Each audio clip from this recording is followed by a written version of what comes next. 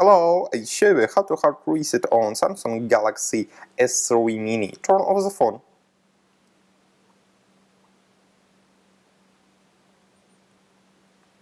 Next, press and hold the power button, volume up key and home button for a few seconds.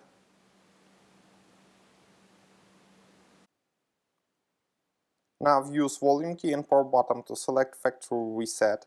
Then choose yes.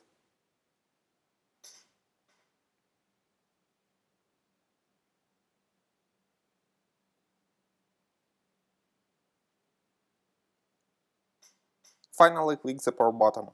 Your device will now restart successfully. The hard reset is completed now.